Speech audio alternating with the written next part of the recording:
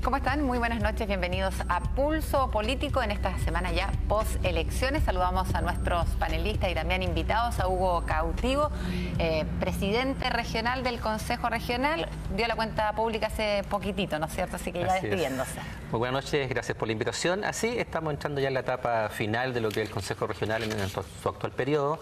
Estamos hasta el 11 de marzo y bueno, en eso, haciendo la planificación de cierre. Olvidé del Partido Socialista. Patricio Kuhn, consejero regional electo, también es exalcalde de Concepción. ¿Cómo está Patricio, de la Unión Demócrata Independiente? Muy bien, Alondra, muchas gracias por la invitación y expectante para empezar nuestro periodo también el 11 de marzo. Desde la otra perspectiva. Nos acompaña toda la semana Álvaro Ortiz, alcalde de Concepción de la Democracia Cristiana. ¿Cómo estás, Álvaro? ¿Cómo está, Alondra? Mucho Henry gusto. Campo, alcalde de Talcahuano de la Unión Demócrata Independiente. Tuvimos un proceso electoral ejemplar, con muchos ojos en el extranjero, viendo a Chile cómo fue capaz de, ya cerca de las 7 de la tarde, no oficialmente, pero sí extraoficialmente, como había tanta diferencia de puntos, se podía saber, ya especular, que el próximo presidente era Sebastián Piñera.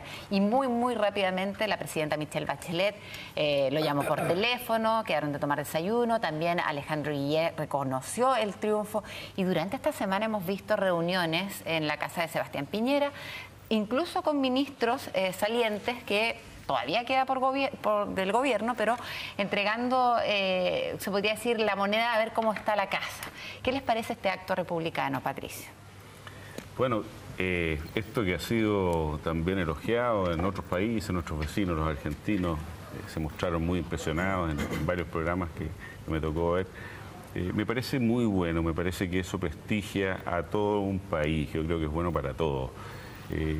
Yo les cuento, a veces en el fragor de las elecciones, empiezan a subir el tono y empiezan las autocríticas y la forma de referirse a veces a las autoridades excede algún nivel, y yo siempre he estado en contra de eso. Incluso en las conversaciones más cercanas, en las más íntimas, me parece que la autoridad, siempre la autoridad, y hay que respetarla, porque eso habla muy bien de nuestra democracia y eso creo que hay que transmitirla generación tras generación y recuperar lo que alguna vez fue un gran ejemplo, ¿no es cierto?, de nuestro país, que es este respeto por la autoridad y que es también entender que esto un día es de un lado y la política es como la vida, tiene muchas vueltas y siempre vamos a volver a encontrarnos, y el respeto que nos tengamos es clave. Ahora, Hugo, esto habla entonces de una democracia ya consolidada en nuestro país.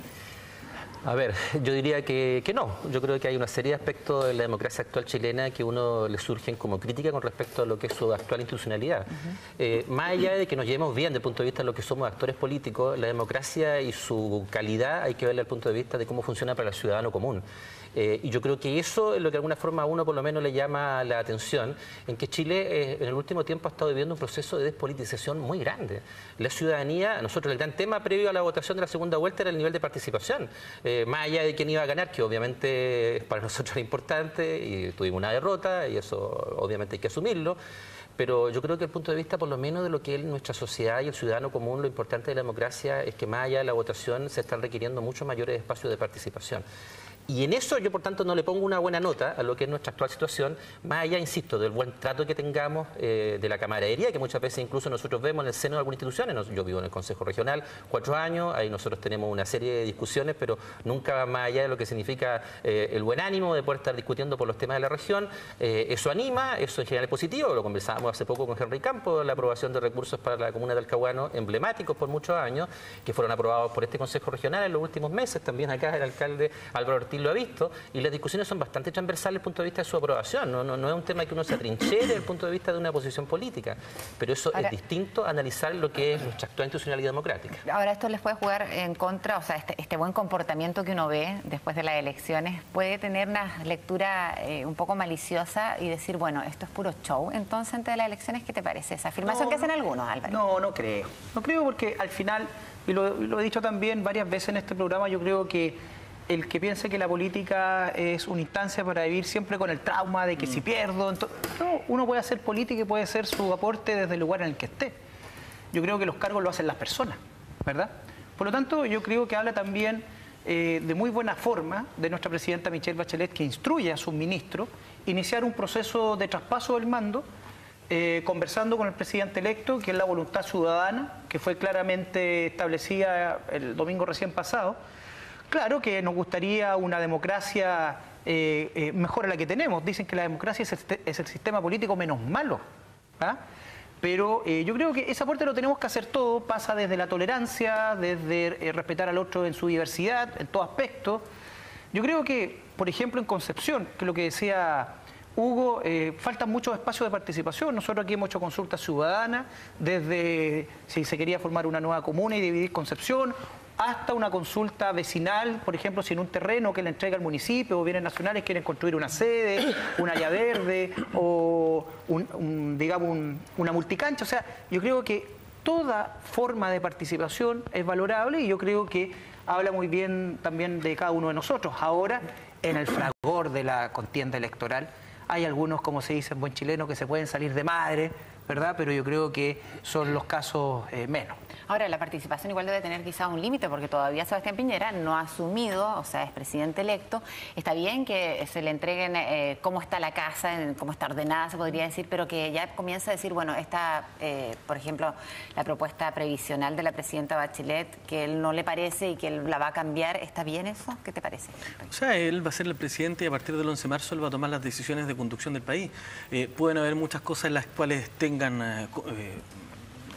acuerdos, otras en las que abiertamente van a haber desacuerdos y el presidente va a tomar las decisiones por lo que él estime necesario para la ciudadanía. Ahora, con respecto a la democracia y a la impresión de la democracia o si está muy bien evaluada nuestra democracia, yo creo que el gran error que hemos tenido en estos últimos tiempos es reducir la democracia a la participación del voto. Y eso nos demostró la equivocación rotunda del voto voluntario. El voto voluntario aspiraba a eso. No, es una buena pregunta, ¿el voto voluntario o voto obligatorio? El voto voluntario aspiraba a la confianza de la ciudadanía y a ampliar la participación de la gente, pero nos demostró que hoy día no vota más de la gente que votaba obligatoriamente con el sistema de voto obligatorio. Incluso en ocasiones votan menos. La mayoría de los países tienen voto voluntario. Tener voto obligatorio ahora no sería retroceder una política. En ningún caso yo creo que sea retroceder. Yo quiero señalar que hoy día los ciudadanos tienen derechos. Sí. Los ciudadanos obligatorio. Oye, desde el punto de vista de la ciencia política, de la teoría política, los ciudadanos tienen derechos y obligaciones. Y las obligaciones incluyen cargas públicas, que es lo que yo entrego al Estado. Nosotros teníamos cargas públicas, son impuestos, en algún momento se consideraba una carga pública el servicio militar y el sufragio mirado desde la perspectiva del ciudadano que elige a una autoridad, no de la perspectiva que tiene el derecho al sufragio de ser elegido. ¿Y qué es lo que ocurre? El servicio militar no nos miraba a todos como iguales. ¿Por qué? Porque lo hacían solo algunos, los hombres y mayores de edad. En el caso de los impuestos, no todos pagan impuestos, o hay tipos de exenciones y por lo tanto hay tramos que no hace a todos iguales ante la ley. Pero el voto nos desnuda. El voto nos hace a todos vivir de en la misma igualdad y el voto del Hugo, el voto del Álvaro, el voto del Pato, vale lo mismo al voto tuyo. Y por lo tanto es la única carga pública que nos miraba igual ante la ley. Y lamentablemente con el voto voluntario esa carga pública en ese parámetro de igualdad se pierde cuando las personas dejan de tener al menos una obligación de concurrir a elegir a su autoridad. Pareciera que todos están de acuerdo con volver al voto obligatorio, lo dijeron ustedes tres, pero Patricio... en su momento en el Instituto Nacional de la Juventud. Yo creo que merece una evaluación profunda, obviamente, pero... el voto obligatorio me parece que es, en este momento, de acuerdo a lo que hemos visto en las últimas elecciones, me parece un paso necesario, porque está bien, y yo estoy de acuerdo también en la desafiliación voluntaria. El que no quiere, definitivamente puede salirse, pero que sea inscripción automática y voto obligatorio, me parece que es una necesidad para perfeccionar nuestra democracia. ¿Vos también estás de acuerdo? ¿No? Sí, mira, lo que pasa es que, a ver, analicemos la cosa tal como ha sido, y lo voy a analizar desde el punto de vista no solamente de la última elección, también la elección de Michelle Bachelet. La segunda vuelta votó 35% de la población. Y por tanto el porcentaje de gente que votó por la presidenta electa, lo mismo que está pasando ahora con Sebastián Piñera, es del orden de cerca del un cuarto, 25%, 27% del total de la gente habilitada para votar. Entonces, al final quien define el destino del país, en punto de vista que lo encabeza por 4 años, queda electo solamente por 1 de cada 4 chilenos que están habilitados para votar. Eso es una limitación. Pero además, en lo que dice Patricio Acuña, yo creo que efectivamente lo que dice Henry, hay temas de compromisos mínimos con la sociedad en la cual uno vive. Uno no puede pensar en que en la sociedad en la cual vive, mira, me preocupo solo de mi interés y no me preocupo del resto de lo que está pasando, de su situación y de cómo avanza. Ahora, yo hablé al comienzo de despolitización porque efectivamente mucha gente piensa que desde el punto de vista de elecciones, el presidente, mira, lo ve muy en forma muy individualista, a mí me da lo mismo, en realidad a mí no va a pasar nada, voy a tener que seguir trabajando el otro día, y al contrario, inmediatamente tú planteaste un tema, o sea, el tema previsional, hay visiones distintas, con legítimo derecho Sebastián Piñera, el presidente de la República, plantea una visión distinta a lo que nosotros planteamos. Por tanto, hay repercusiones y consecuencias graves con respecto a quién puede encabezar o no un país. Grave desde el punto de vista de la diferencia, no desde el punto de vista del drama. Ahora, yo por eso insisto, yo creo que efectivamente nosotros hemos pasado por un periodo en el cual mucha ciudadanía le falta información, le faltan antecedentes, hay un tema de formación cívica que se abandonó, se ha avanzado en términos de que se aprobaron ahora la vuelta de la educación cívica a los colegios. Yo creo que es trascendental que un ciudadano, para que vaya a votar bien, tiene que estar informado con antecedentes, de tal forma que su posición no sea solamente desde el punto de vista de la persona o eventualmente si se sonríe mejor o peor, sino que efectivamente el contenido que está detrás, que es lo que él representa, desde el punto de vista de su programa, pero también desde el punto de vista de su ideología. Bueno, pasemos al otro tema que tiene que ver con la... ¿Te quieres hablar de ningún problema? A ver, lo que pasa es que me tocó la oportunidad de ser director regional del Instituto de la Juventud en el primer gobierno de la presidenta Bachelet cuando estaba toda esta discusión. Cuando era todos fueron en algún momento último modelo. Todos fuimos último modelo. Bueno, tú eres más joven. Sí, pero un par de años. Pero se me va a pasar en 4 años más. Bueno, mira, el tema es el siguiente, que cuando se genera esa discusión, se empieza con la temática de los derechos, está bien, pero también tenemos deberes. Y acá, tal como dice Henry, lo comparto, y algo dije en mi primera intervención, los espacios de participación no solamente es lo que finalmente se traduce en un voto, sino participar en la junta de vecinos, participar en el curso mi hijo, o sea, no todo vinculado con un voto, pero se asumió, ¿verdad?, el compromiso en algún momento por parte del Parlamento en hacer una ley de sacar finalmente aprobado el voto voluntario. Yo creo que ahora hay que poner el pecho a las balas. Y ya esto está, claro, podemos analizarlo y todo, pero no puede ser que cada vez que una ley no nos conviene, entonces la cambiamos. Porque entonces hablaría de una irresponsabilidad y un populismo por parte de las personas que en algún momento votaron la inscripción automática y el voto voluntario. Así que yo creo que esta es una realidad. Hugo hablaba también de una falta de educación cívica en la ciudadanía. Sí, puede haber algo de eso, pero también hagamos el mea culpa de nosotros, que por qué no fuimos capaces ni siquiera de motivar a que llegara a votar el 50% del padrón en la última elección, no alcanzamos al 50%. Por lo tanto, yo creo que ese trabajo de reencantar, más allá después de imponer que el voto tiene que ser obligatorio, primero nos responsabilizamos de las leyes que sacan nuestros parlamentarios y en segundo lugar nos motivamos nosotros para también reencantar a las personas y que lleguen a votar y participar al momento que se les convoque. Bien, hablemos de la conformación del futuro gabinete de Sebastián Piñera. Ya ha tenido muchas reuniones con los más cercanos que siempre lo acompañan, ¿no es cierto? ¿Cómo debería ser este gabinete? En un comienzo, en el primer gobierno de Sebastián Piñera, les entregó un pendrive con algunas metas, ¿se recuerdan eso?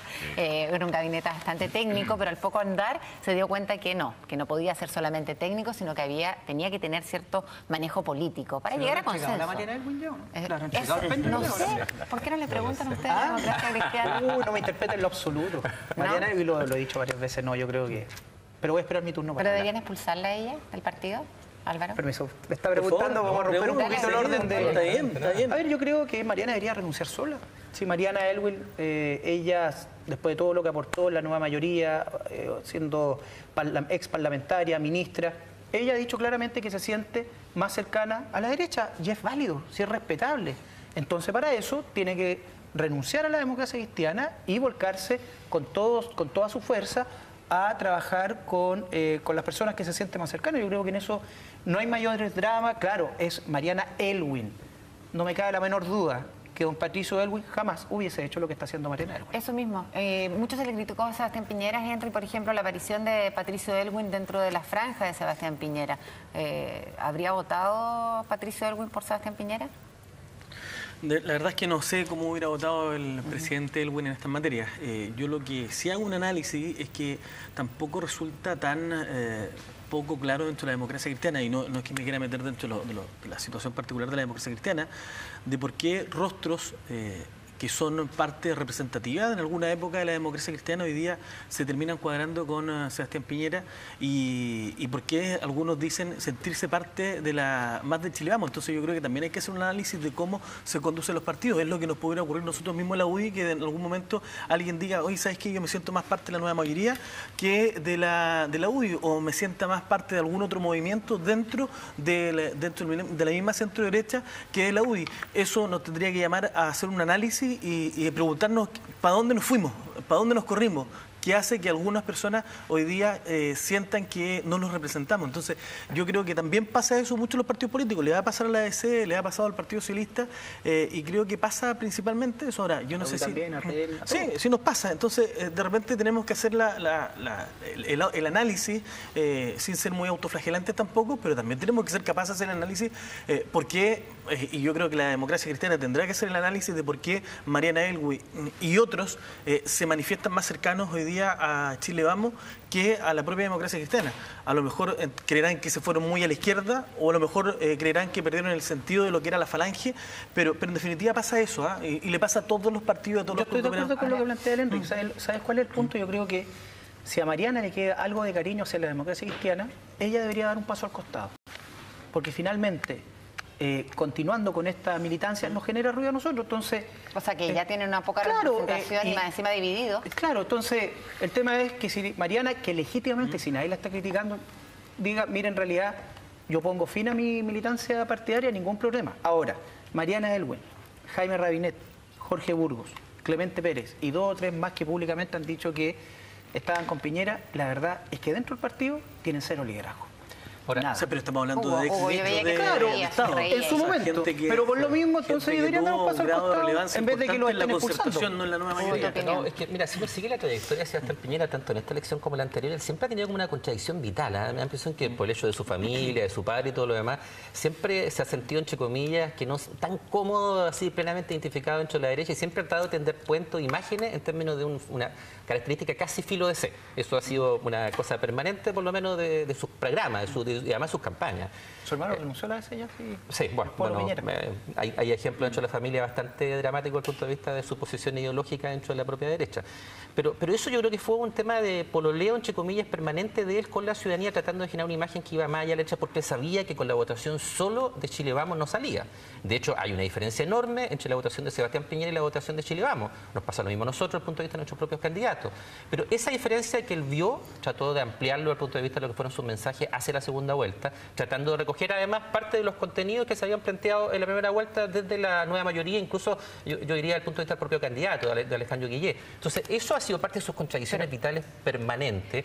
Ahora, él tiene anclado su gobierno en lo que puede hacer el programa de Chile Vamos y los partidos de Chile Vamos. Por tanto, más allá de los mensajes que tiró desde el punto de vista de lo que fue su propaganda electoral, claramente él va a gobernar con Chile Vamos y con los programas que planteó Chile Vamos. Claro, porque resulta que si uno ve las elecciones pasadas, la UDI sacó bastantes candidatos y es un partido que quizás es más unido, más fuerte que la democracia cristiana. Entonces no es una buena estrategia de Sebastián Piñera acercarse más y pololear más con la democracia cristiana si se aleja de, por ejemplo, José Antonio Kast, que tuvo el 8%, y la Unión Demócrata Independiente. Son sus contradicciones, va a tener que resolverle en su gobierno. ¿Sabes lo que yo rescataría, en realidad, yendo más allá de esto de los partidos que dicen que se llaman partidos porque se parten así, y hay siempre diferentes opiniones dentro de ellos y hay algunos que definitivamente migran a otro lado, pero lo que ha dicho el presidente Piñera, especialmente durante su campaña de segunda vuelta y también en su discurso una vez electo, en el sentido de que va a estar por los acuerdos y que está llamado a ser el presidente de la unidad, de recuperar la unidad. Y yo creo que ese sentido, que él, ese énfasis que ha puesto en ese lado, va por el camino que necesita Chile hoy día, que es los grandes acuerdos para resolver los grandes problemas. Sabemos por la composición de las cámaras, ¿no es cierto?, y de todo lo que hemos visto históricamente, que se necesitan acuerdos, se van a necesitar especialmente para los grandes temas, donde se necesitan también quórum importante. se necesita el trabajo de todos. En ese sentido, ojalá que el secretario general de la Presidencia sea la persona más idónea, ¿no es cierto?, y que haga de puente y dentro del gabinete también, que es una de sus tareas. En ese sentido, creo que tengo mucha esperanza de que el próximo gobierno sea realmente muy bueno, porque veo muy buena disposición y veo todas estas alianzas que alguien puede mirarlas, bueno, desde dentro de un partido, obviamente que alguien que esté... Es doloroso. Y claro, es doloroso, pero si uno lo mira por el bien del país, yo creo que vamos por buen camino y eso es lo que hay que hacer y eso es lo que ojalá trascienda. Que es una billetera gorda para hacer mucha inversión pública al nuevo gobierno. Además que se viene un buen precio del cobre, se viene una buena situación económica que ojalá la gente pueda verla plasmada en muchas horas. Yo le quiero valorar algo a Patricio Cuna. Patricio Cuna, cuando asumió la alcaldía, de hecho te acompañé, yo era concejal, te acompañamos al Consejo de Defensa del Estado, ¿te acuerdas? Para que además de la auditoría que aprobamos, pudiese revisar la finanza del periodo de Jacqueline Van Rysselberghe. Yo creo que, independiente que lo haya impulsado Patricio como militante de la UDI, yo como concejal y militante de la democracia cristiana valoré el gesto en virtud de poder clarificar y poder tener claramente establecido cuál es la realidad con la cual recibía el municipio. Correcto, sí, Álvaro, yo no lo impulsé, eso fue algo que estaba, yo cuando subí de alcalde, a los pocos días fuimos y presentamos algo que se había decidido en el seno del Consejo. Y que tú lo aceptaste y por eso lo hiciste. Que tú presidías, porque tú eres el concejal más votado. Así que, pero tú estabas como alcalde.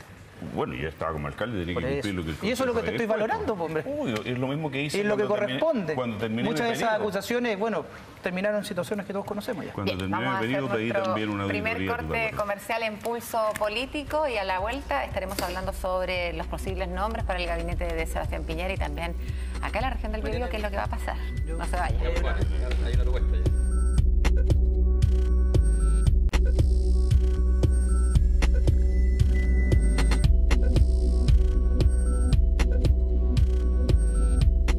Una universidad pública enraizada en la historia de Chile, aportando al país a través de la ciencia, las artes, la cultura y el deporte. Con una planta académica del más alto nivel, que trabaja en la creación de nuevo conocimiento, donde el pensamiento, estudio y reflexión son pilares fundamentales para una educación de máxima calidad. Universidad de Concepción, la puerta de entrada a tu futuro. Universidad acreditada 7 años. Yo soy Coyhaiquino. Yo, Talquino. San Vicenquino. Puerto Monquino. Alto Barranquino. ¡Cañonalquino! Esta Navidad, Quino sortea 10 bonos de 1 millón para cada región de Chile. Espectaculares premios y un pozo millonario. ¡Yo, Polo Norquino! ¡Oh, oh, oh, oh! En Lucerna ya comienzan a prepararse para recibir la Navidad con el mejor pan de Pascua, queque navideño y queque navideño solo nueces. Productos artesanales. Pruebe las finas galletas de miel y galletas navideñas. Y para que todos disfruten helados Diet con sucralosa en una gran variedad de sabores. Visite su nuevo local ubicado en Barzarana, esquina Tucapel, y en el tradicional de siempre, Tucapel 954. IMCA, la red social cristiana, deportiva y recreacional más grande del mundo. Somos el mejor lugar para disfrutar de la vida sana y en familia. Consulta nuestros planes promocionales y nuestras actividades anexas para la familia. Contamos con guardería, programa de actividad física para enfermos crónicos o tercera edad y muchas otras actividades. IMCA, en pleno centro de Concepción, tenemos un lugar para ti.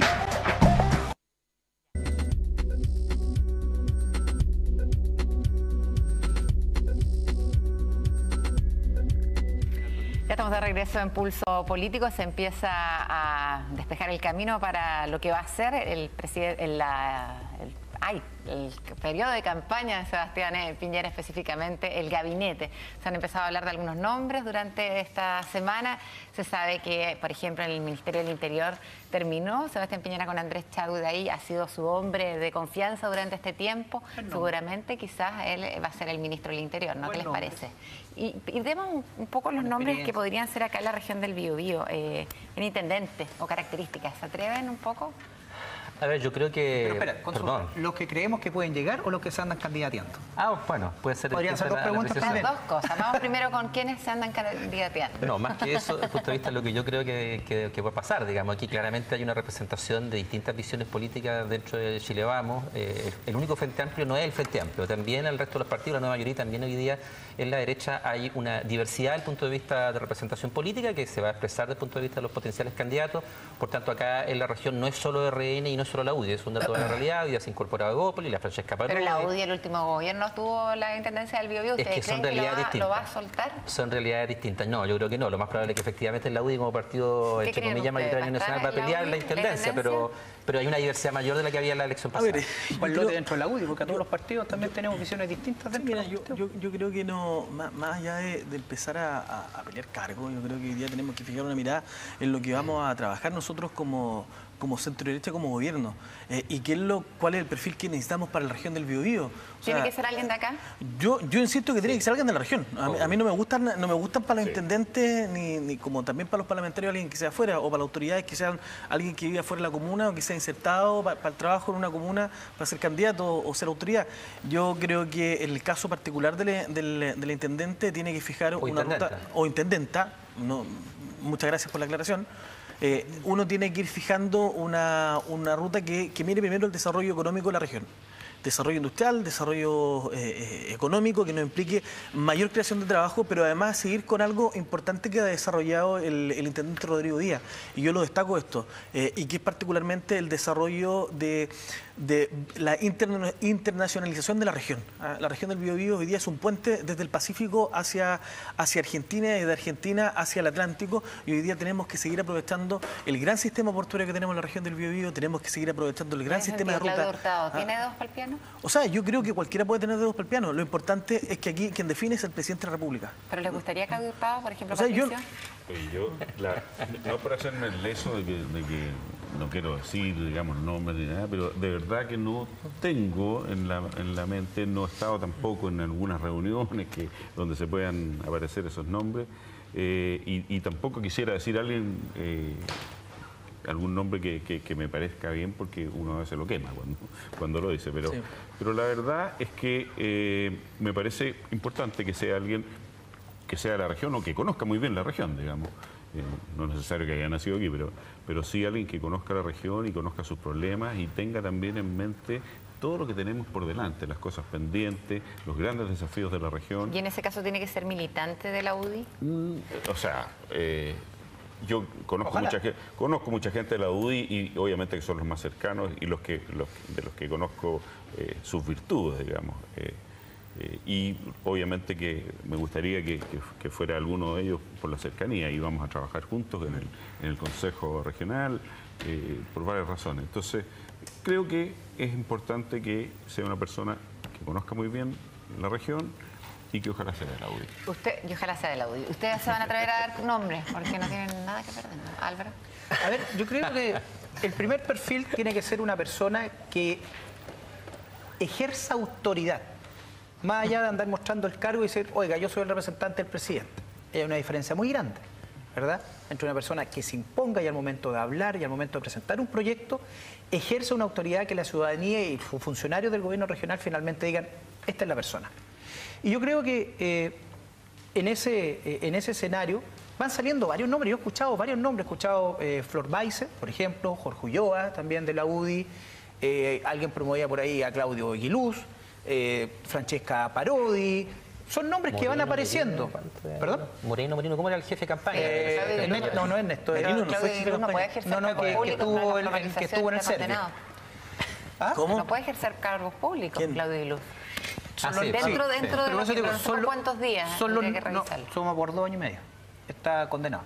Entonces, el tema es que tiene que ser una persona que ejerza una autoridad y que sea capaz de establecer puentes, tal como decía Henry, como se ha hecho durante el periodo de Rodrigo Díaz, entre el mundo público, el mundo privado, el mundo uniformado, y que finalmente sea una persona que convoque, no que divida. Y yo creo que ahí, y lo hemos visto en los últimos años, muchas personas, a pesar de no tener el mismo pensamiento político del actual intendente, se han ido sumando porque han entendido que acá, por sobre todas las cosas, está la región del Biobío, y con un escenario muy distinto. A partir de septiembre del otro año, no con 54 comunas, sino que solo 33. Así es. ¿Pero te gusta Claudio Hurtado? ¿Te gustaría Claudio Hurtado? También he escuchado el nombre de Claudio Hurtado. Yo estoy dando nombres de los que uno va escuchando. El nombre que uno más ha escuchado, por eso les pregunto para ver si es que están comúnmente, entre más escuchado, más quemado. Claro, comúnmente, sí, eso es algo que ocurre. Claro, a nosotros también nos pasó, digamos, un minuto. Comúnmente los nombres que más aparecen porque a los presidentes no les gusta ser pauteados y a los partidos tampoco. Entonces, en general, los nombres que se mencionan. Ahora, Álvaro mencionó una serie de nombres que yo creo que precisamente es muy probable que alguno de ellos pueda hacer. Sí, mira, bueno, sí, eso es un tema que tiene que definir la derecha. Yo creo que lo que sí plantearía con respecto a esto es de que hoy día nos encontramos en algo que planteó Álvaro, una brecha del itinerario político bastante significativo. El próximo año se va a dividir la región del Biobío. Va a estar la región del Biobío y la región de Ñuble, por tanto van a haber dos nuevas autoridades, entre comillas, la que se designe en marzo, la región del Biobío. Van a haber más el 2020, porque va a haber... Y además, pero para allá iba, precisamente, las actuales autoridades van a tener que encabezar el proceso de instalación de lo que va a ser el nuevo proceso de las regiones a través de lo que es la ley de fortalecimiento de regionalización y la elección de gobernadores regionales de aquí a 2020. Entonces, ahí hay desafíos bastante grandes que yo imagino que va a significar que van a sopesar muy bien a quién van a poner de intendente, porque no solamente van a estar instalando un intendente que administre, van a estar instalando un intendente que solamente lo más probable es que sea uno de los potenciales candidatos o candidatas a gobernador regional del 2020. Eso es parte de la realidad que van a tener que enfrentar como Chile Vamos y tener que definir, porque por eso también va a haber dificultad en materia de acuerdo, porque los partidos van a querer tener precisamente a ese cargo, porque eso va a significar potenciar a alguien para esa elección. Ahora, volvamos un poco a la pregunta que les estaba haciendo el bloque anterior, ¿cómo debería ser este gabinete? Sebastián Piñera decía que tendría que ser una mezcla de experiencia con renovación, o sea, nos habla ya de que algunos cargos no se van a repetir. ¿Qué características debería tener, por ejemplo, el secretario general de la presidencia? A veces cuando hablan de que no se repita el plato, porque parece como algo negativo. Yo digo, a veces cuando los platos son buenos, ¿por qué no repetírselo? ¿Y qué platos fueron buenos en el gobierno pasado de Sebastián Piñera? Estabas hablando tú, Alondra, del ministro del Interior, sí, de Chadwick. Sí. El ministro de SECPES, que fue Cristian Larroulé durante mucho tiempo también. El buen trabajo que tuvo Belén Matei como ministra del Trabajo. Pero ahora alcaldesa. Ahora alcaldesa, no puede repetirse el plato. Sí, en ese sentido, y yo... ¿Fue electo diputado, no? No fue electo diputado. Ya, pues ahí hay un candidato a intendente entonces, pues Álvaro Pillado. Ahí mencionó a alguien. Sí, ojalá, efectivamente, este es un pensamiento mío, pero... Quiere hacer un favor a tu amigo Álvaro. Que no esté ocupando, que no haya sido electo en algún cargo, porque... Recientemente. Claro, porque significa sacarlo o sacar a alguien del Parlamento. También no lo encuentro positivo porque a veces son los nombres que aparecen y se necesitan, ocurrió en este gobierno. Pero yo creo que la gente que los eligió va a terminar quedando en el aire también. O sea, votaron por la persona, lo eligieron y después fue llamado a un servicio. En el fondo igual tiene que hacer un análisis de cuáles son los rostros que quieren potenciar para la elección de los gobernadores regionales. O sea, sí, además... ahí también hay un factor que en el actual gobierno no estaba dentro de la discusión. Ahora sí está en la discusión, que la persona que llegue como el primer intendente nominado por el presidente en Ñuble, se va a tener proyecciones electorales aquí y en fin, todo el país. Así que yo creo que se suman varios factores porque es muy distinto tener el perfil para ser candidatos de designación a ir de candidato a elección de cargos populares. Yo creo que yo creo que Sebastián Piñera además aprendió el aprendizaje que hizo en el primer gobierno. Todo este tema de los 100 días, del pendrive, de preferir el tema de tecnócratas por sobre políticos. Yo creo que son procesos de aprendizaje que él tuvo y que ahora no va a volver a repetir esos errores. Y por tanto, esa experiencia es la que le está dando un poco el discurso que está planteando ahora, digamos, tratar de equilibrar experiencia con renovación. Obvio que Chile hoy día está planteando una renovación. Yo creo que la elección de una serie de diputados jóvenes, una serie de liderazgos que aparecen, tiene que ver también con el deseo de mucha ciudadanía de ver rostros distintos desde el punto de vista de quiénes son los que son sus autoridades máximas, no quiere seguir volviendo, digamos, a tener que elegir siempre sobre los mismos. Yo creo que eso es beneficioso, más allá de que uno pueda entender que pueda, por términos personales, querer ser candidato a algo, la ciudadanía quiere cambio. Yo creo que eso fue plasmado también, y en eso yo espero también que, desde el punto de vista de la decisión que tome Chile Vamos, apunte a generar imágenes nuevas también. Yo creo que eso le hace bien a la política, le hace bien a la sociedad, le hace bien al país, ¿por qué no, digamos? Henry. Bueno, yo creo primero que el gobierno tiene que ser político. Aquí estamos en política, la administración pública es esencialmente, los altos cargos son políticos y por lo tanto la conducción es política, que quiere decir que sea técnica. Con experiencia, obviamente, hay conocimientos técnicos, pero tiene que ser político. Porque esto de los técnicos versus los políticos es como lo bueno versus los malos. Es como decir que los técnicos son los que hacen la pega y los políticos son los flojos, y creo que esa es una comparación bastante odiosa para los que estamos en el mundo público, particularmente los que somos políticos. A pesar que muchos de esos técnicos llegan apoyados por los políticos. Así es. Y después dicen soy tecnócrata. Y después soy técnico, y después dejan de ser funcionarios de gobierno, somos funcionarios del Estado. Entonces, lo que termina ocurriendo es eso. Y en términos prácticos, si uno hace el análisis y recuerda cuáles son los mejores frutos, dónde se cosechan los mayores frutos en el gobierno del presidente Piñera, es precisamente cuando tienen que ir a sacar un Pablo Longueira para meterlo en el Ministerio de Economía, cuando tienen que sacar una Belén Matei para meterlo en el Ministerio del Trabajo, cuando tienen que ir a sacar a Andrés Chadwick para meterlo en el Ministerio del Interior, y se termina configurando este gabinete político que termina generando las mejores conducciones para el gobierno del presidente Piñera y los mejores resultados. Por lo tanto, yo confío, yo sé que esto está a criterio del presidente de la República, pero a mí me gustaría, por ejemplo, lo que preguntaban por el CESPRES. El CESPRES tiene que ser alguien que tenga sintonía social y política. O sea, yo no concibo a alguien que venga a la academia, y es una crítica abierta a la roulette, que siento que no fue bien visto desde la perspectiva de la Secretaría General de la Presidencia el trabajo político que debía desarrollar el gobierno del presidente Piñera en materia de legislación. Y yo creo que ahí se cometieron errores. Errores que hoy día tenemos o pagamos. Y por lo tanto, alguien que conozca el Congreso. Además. Alguien que conozca el Congreso, alguien que tenga los conocimientos técnicos, pero por sobre todo un manejo político y particularmente de la realidad social, que haya puesto los pies en la calle alguna vez. Eso es lo que necesitamos. No desde el mundo de la academia, porque la academia y el paper y el documento da para pensar mucho y el papel todo lo aguanta. Pero la realidad es la que se termina imponiendo en todos estos términos de carácter político. Ahora Sebastián Piñera se reunió esta semana con el ministro del Interior y se trataron algunos temas claves también con el ministro de Hacienda, la deuda fiscal, por ejemplo, los conflictos de la Araucanía, migración, seguridad. También sabemos que la salud es una demanda ciudadana. ¿Y cuáles deberían ser los ministerios claves del próximo gobierno, Patricio? Bueno, sí, los temas son efectivamente seguridad y son educación, salud, que son los grandes temas que vamos a tener que convocar, ojalá acuerdos nacionales. O sea, ¿dónde no hay que equivocarse, uno dice? Porque en realidad se cambian los Se sabe que hay varios ministerios que son más sensibles. Por ejemplo, el ministro de Educación siempre es un ministro que está en las cuerdas porque es una cosa difícil. Hay otro, el de Desarrollo Social es más tranquilo, el de Bienes Nacionales.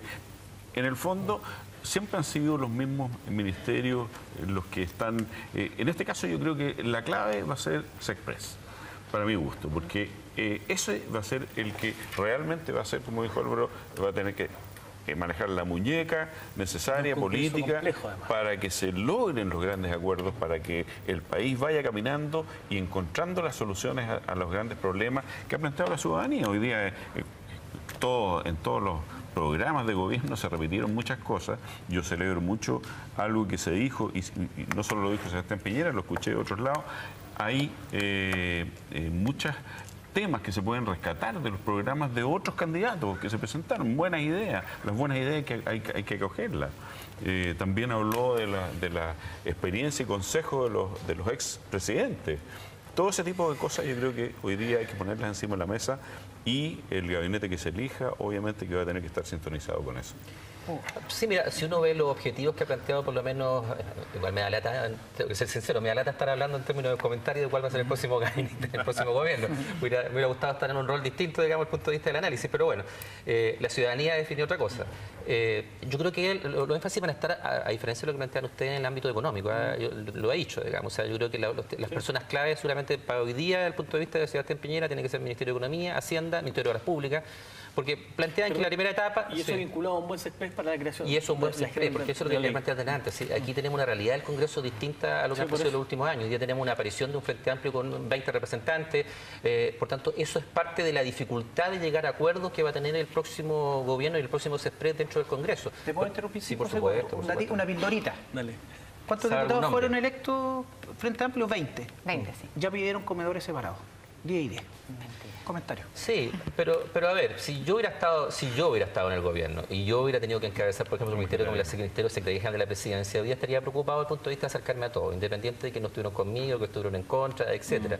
Parte de la ingeniería política de un buen CESPRES es que tenga la capacidad de convocar a todos, de conversar con todos, además un tema que para ustedes es desafiante, porque hay una serie de críticas con respecto a lo que hizo la nueva mayoría en los últimos 4 años en materia legislativa. Por tanto, si parte de la ley, yo además, bueno, incorporándole además aquellos agregados que han hecho sus propios partidarios, como el caso de Sandón. Pero si buena parte de la construcción de imagen que hubo de cambio de gobierno a partir de la crítica con respecto a los avances legislativos que nosotros defendemos, por tanto, parte de la cartera que van a tener que tener es ver cómo desarman aquellos temas que, desde el punto de vista legislativo, aquellos temas que son cruciales. Me parece por lo menos que el tema educacional ha sido bastante criticado desde Chile Vamos. Me parece también que el tema de lo que fue la reforma previsional planteado hoy día es un tema bastante criticado y por tanto seguramente van a haber ahí énfasis desde el punto de vista legislativo en términos de modificar aquello. Eso, si yo entiendo que es dentro de lo legítimo, si eso uno lo entiende así, digamos. Álvaro, que te refieras no va a haber. No va a haber. No va a haber, eso está claro. Bueno, Álvaro, te refieres al gabinete y también a un concepto que quizás, bueno, ¿qué va a pasar con la nueva mayoría a partir de marzo?